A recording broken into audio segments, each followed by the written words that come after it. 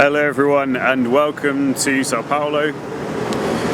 It's fantastic to be back in this big city.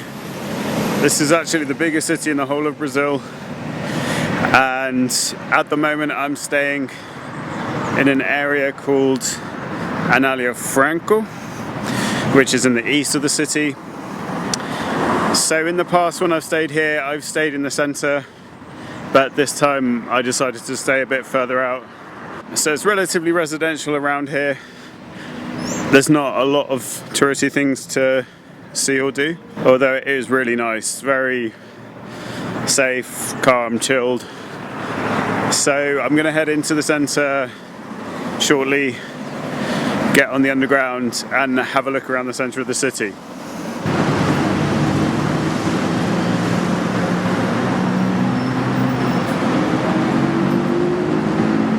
Right, so I just got a taxi to my nearest metro station, which is called Amaral, and I'm going to jump on a train and go into the centre hopefully.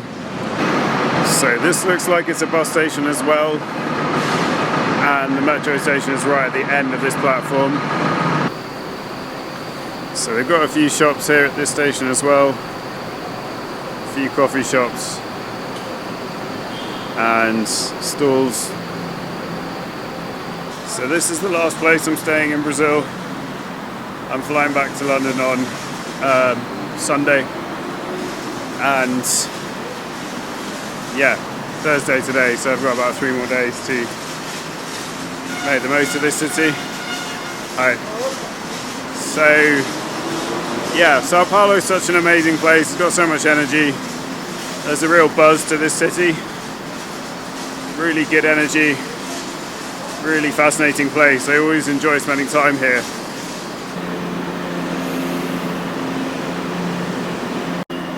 Right, so it took me about 10 minutes to buy my tickets. I tried to buy a rechargeable travel card, but they didn't have any. So I just bought 2 singles. It costs R$4.40 each. And they're just these little paper slips. They look like receipts, but they've got QR codes on them. Yeah, so I'm heading towards the centre now, so I'm going to jump on the next train.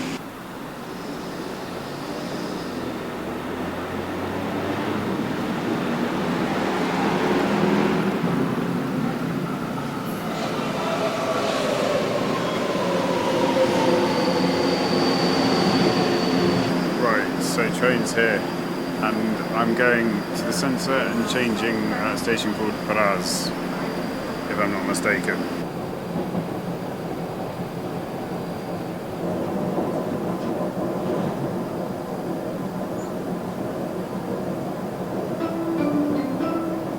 Próxima estação. Next station, Sermoca. Desembarque pelo lado esquerdo. Exit on the left side. So I'm now at the Luz station, right in central Sao Paulo. So this is a hub station for underground and overground trains. And the overground trains are regional, so they go to the Sao Paulo metropolitan area. I'm trying to find out where the exit is, but I haven't managed to do that yet. But I am getting off at this station.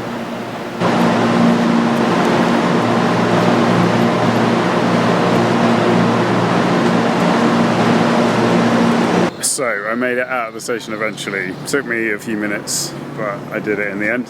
So I'm actually looking for a museum called the Pinacotca de São Paulo, which I had a look at online, which looks really interesting, so I'm going to have a quick look for that. This station is right in the heart of Sao Paulo, the centre of the city, and just in front of me there's a big park called Parque da Luz. So this looks like quite a large municipal park, right in the centre of the city. The Louise Park.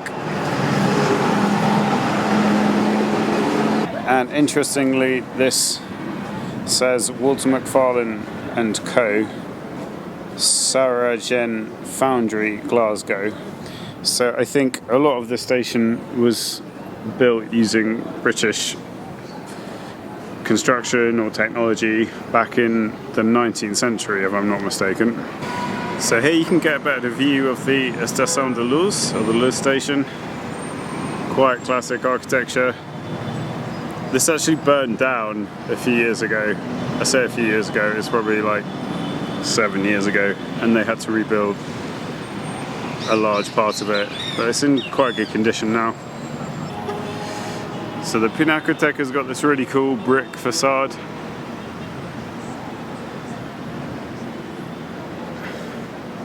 In a sort of neoclassical style.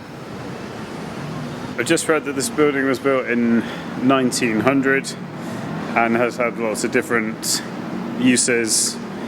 It was a school originally, it's been different types of museums, and now it's the art gallery. So this is actually number 1 on the list of things to do in Sao Paulo on the ranking of Tripadvisor. So if you ever use Tripadvisor, it's quite a handy website. This is the most visited or most recommended museum on that website. So it's 20 reais to get in, so I'm going to go in and have a look at the collection. Right, let's check this museum out. It looks good. So the museum has got these courtyard style areas where there's a lot of light coming in, natural light. And they've got this fountain at the bottom. It looks like João Miro, but I might be wrong. So this is the start of the permanent collection at the Pinacoteca. This room is called In the Studio, or No Atelier in Portuguese.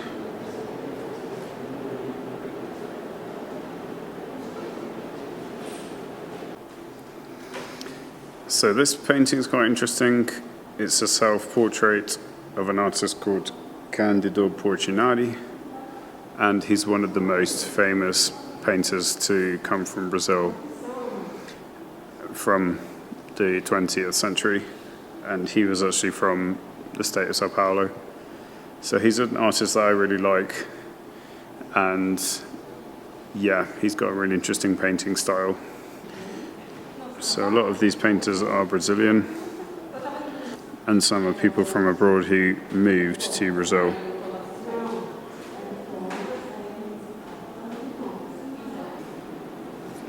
So this is the kind of art that I really like, contemporary style art that is a bit abstract, random, a bit weird, but makes you think quite a lot. Questions your idea of what art is. So the natural light that comes into the museum makes the whole place seem very luminous, really clear, so you can see the art well.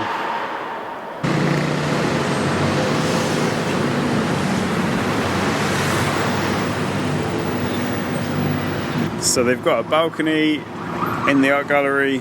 If you want to get some fresh air and have a break, then this is a good place to come.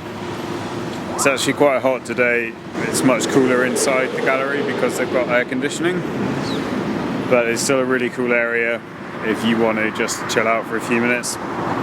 So I'm now on the second floor of the gallery, and as you can see, they've got a school trip going on at the moment. Some pupils from local schools coming in to have a look.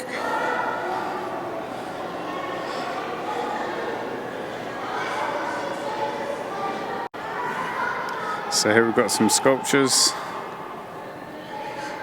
These are all original sculptures, and many of these sculptors are Brazilian. This sculpture is called O Brasileiro, or the Brazilian, and it's by a sculptor called Rafael Galvez, who was from Sao Paulo. So this is a really good museum. They've done a really good job of curating the artworks and using the space well, using the light well. It feels really well organized and just got a really nice atmosphere very calm, but very impressive artworks.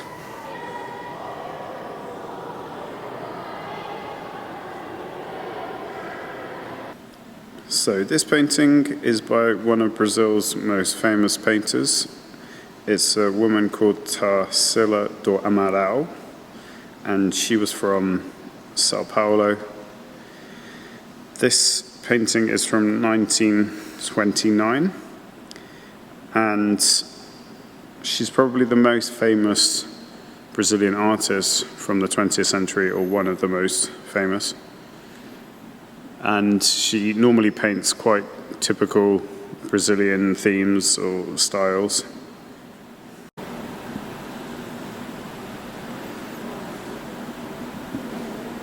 So this is another really famous Brazilian painting by Cândido Portinari, and this is called Mestiço, or Mixed Race Man, from 1937.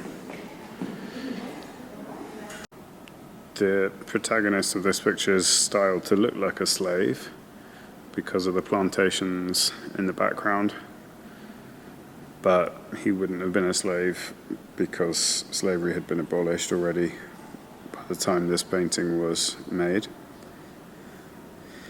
But you see this painting a lot on book covers and posters and things like that. So these paintings are by a French painter called Jean-Baptiste Debré, who was from Paris, and they depict some scenes of warfare against native Indians, but also scenes of slavery. So this one is the burial of a female slave. This one's called Slaves from Different Nations. And this one's called The Transport of a Convoy of Slaves.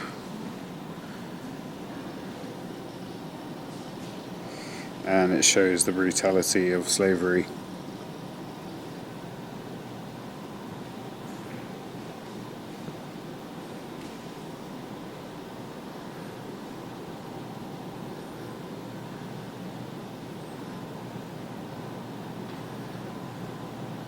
So here we've got another really famous painting by Tarsila do Amaral. This one's from 1924, and it's called Carnaval in Madureira. So Carnival in Madureira. I think this is a part of Rio de Janeiro, and yeah, you can see this very specific style that she's got when she paints people. But really interesting colours, very vibrant, and depicts a lot of the natural beauty of Rio de Janeiro. So I'm really impressed so far with the museum. It's got an incredible diversity of paintings and sculptures. Really fascinating. But the building itself is also very smart. They've done such a good job of turning this into an art gallery. The light that comes in is really illuminating and makes the whole place seem just fresh in some sort of way. Yeah, so if you're into art, then this is definitely a place that you should visit because it's an incredible experience. So this is a really fascinating map from 1647, and it's called the Belgian part of Brazil. So I knew there was a Dutch part of Brazil, but I didn't know there was a Belgian part of Brazil. This is by a cartographer called George McGrath, who was from Dresden in Germany. So here it does say Dutch Brazil, or Netherlands Brazil. And I think this is the area that is now Pernambuco in the northeast of Brazil. So it shows a lot of the slave holdings. Now we've got the mainstay of most modern art galleries. sketchy, ambiguous videos on a loop. So I'm back on the balcony now. I'm coming to the end of my visit at the art gallery. It's a fantastic collection they've got here. Some of the themes that are covered include Brazilian history. There's quite a big focus on slavery, Brazilian identity. It's an incredible building. The building itself is interesting just to walk around it, but the artworks that they've got here make it a really special place to come to. It's definitely worth the 20 reais that you pay to get in. And yeah, it's in a really great location right in the heart of Sao Paulo. Very easy to get to from Luz metro station. Right, time for a coffee break in the cafeteria. So this is down in the basement of the museum. So it's time for my coffee break. I've got a latte and a pound of caju. This is a cheese bread roll. It's one of the most popular and traditional snacks here in Brazil. It's really flavoursome, really tasty. So this cost me 19 reais, which is almost as much as the entrance ticket was. So shows you how the museums make their money. Yeah, and it's got this lovely terrace area outside, which is right next to the park. So really nice place to come and have a coffee after you've had a good look around the museum. So I think this is one of the coolest places I've ever had coffee in Sao Paulo. Very stylish terrace outside the Pinacotca in the shade of the palm trees from the municipal park. Very cool. So the museum was fantastic. I really enjoyed it in there. The highlight for me was seeing the Tarsila de Amaral paintings. I really like the way she uses colour, very bold colours, and the themes that she uses are often connected to Brazil, so things like carnival, the mixed race identity of Brazil, landscapes, the natural beauty of this country as well.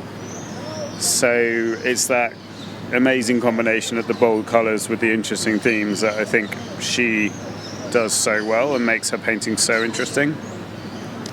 But there's an incredible diversity of work here, so if you like art or history of art, then this is definitely a place that you should come to if you've got some free time in Sao Paulo.